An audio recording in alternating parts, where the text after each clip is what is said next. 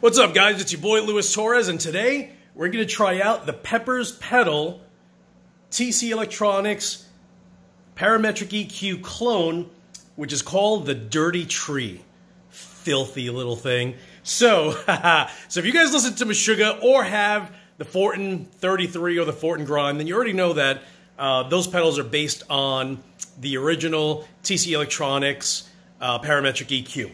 So this pedal, which actually has a DT option, which is Dirty Tree, which at one point was actually 33, and I don't know if Mike Fortin was just like, yo, my man, you can't use that. You can't put 33 right there. So they changed it to DT for Dirty Tree. Right below it, it says TC, which is the TC Electronics version. So if you set it up to DT, right, so toggle switch up, you actually only end up using the first knob, just like the Fortin 33 single knob. But if you set it up with the down toggle, which reads TC right under it, then that is the TC Electronics clone. You now basically have a Fortin 33, not with one knob, but you now have access to the low and the high frequency, kind of in the same way that my Randall Satan has a girth and a grind option. So the grind is, you know, those two are basically like using the original TC Electronics, where you have more options in changing your tone. That's basically what this guy does in the TC setting. So I'm actually using my 1991 ESP M2 Custom neck through body with EMG pickups. I have the Dirty Tree set to DT.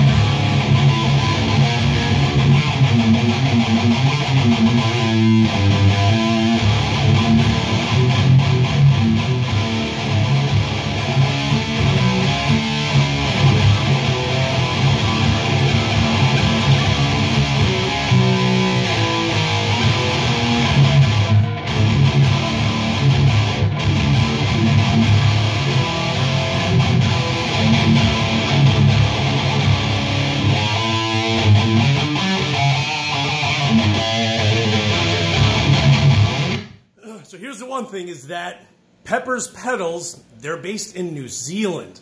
So I ended up getting this guy from Reverb for 130 bucks with shipping from Minnesota to New York.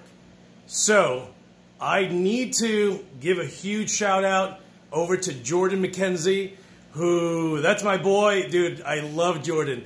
That dude is an absolutely incredible guitarist, and he's one of those guys that, you know, just writes riffs after riffs, and they're always just like, what are you playing, dude? That's insane. So he has the Pepers Dirty Tree. And it's funny, so a few months ago, someone had mentioned it, and I'm like, it's in fucking New Zealand, you know, whatever. It'll take forever to get there. It was like $130, and I think it was like $30 or $40 shipping to the U.S.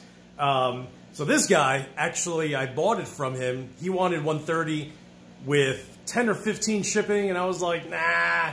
He's like, how about $130 and free shipping? I was like, all right, cool. So got it, and I knew that it was a TC clone, but I absolutely love that.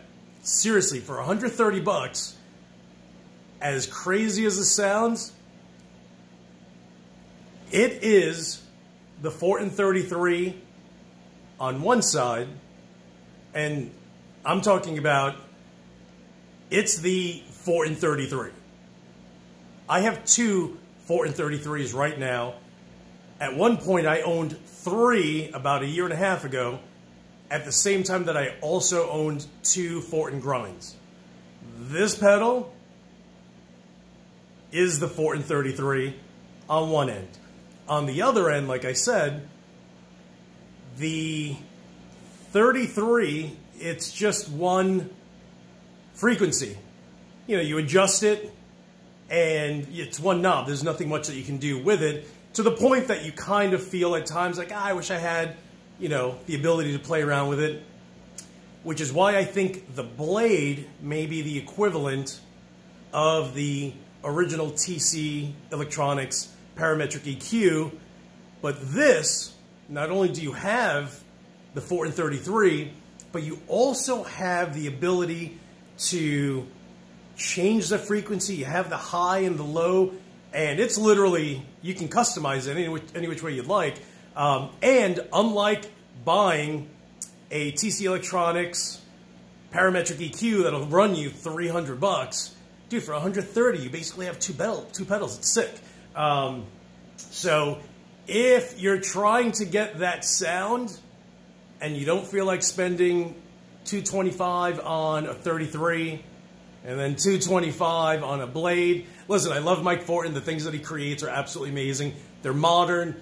They will, you know, last for years to come, which is great. The TC Electronics has its own issues just from a power plug point of view, because it's not like a Boss input, right? Because all of our power, everything that we use to power our pedals in the US, you just need some kind of a brick, and they all work the same way that the Boss pedals do, whereas the TC Electronics, the old ones, actually use UK version, which is opposite than what we use here, or the Boss equivalent. So it's hard trying to find a power plug, and, you know, if you find one, that's great. Sometimes there, you know, people have had issues, and I used to have the TC Electronics booster line driver distortion, so I learned hands-on the issues that the older UK pedals had when you're in the US. And of course, if you've ever had a TC Electronics BLD, then you already know that, you know, you put a brand new battery in there, 9-volt, and dude, it's dead like an hour later. You're like, what the hell, dude? Like, all right, I need to find this reverse, you know, power plug, and you can't find it. Dude, it just doesn't exist. It's the hardest thing. So you have to buy an extension, and even that has issues. Like, I know that I've spoken to people whose pedals have burned by using a regular brick and using I don't know, is it some kind of the polarity with it, right? So it's reverse, and they use it, and it's supposed to reverse in that actual extension, and, you know, it just fries it, and all of a sudden you're like, dude, I just spent $350 on a pedal, it's burned, damn you. But legit, if you like that tone, that sound, and Not to say that I would ever want to use this pedal with my Randall Satan, because it basically has it built in, so I don't need it. But if you have a rectifier and it's the muddiest, muddy, mudslinging mud that you play out of, then get this pedal for 130 bucks plus shipping. Hopefully you can find one online on Reverb. Worth it. It's absolutely awesome. You'll save some money and you'll get the exact, exact attack for all of those individual notes. And I play hardcore, so, don't think I don't realize that.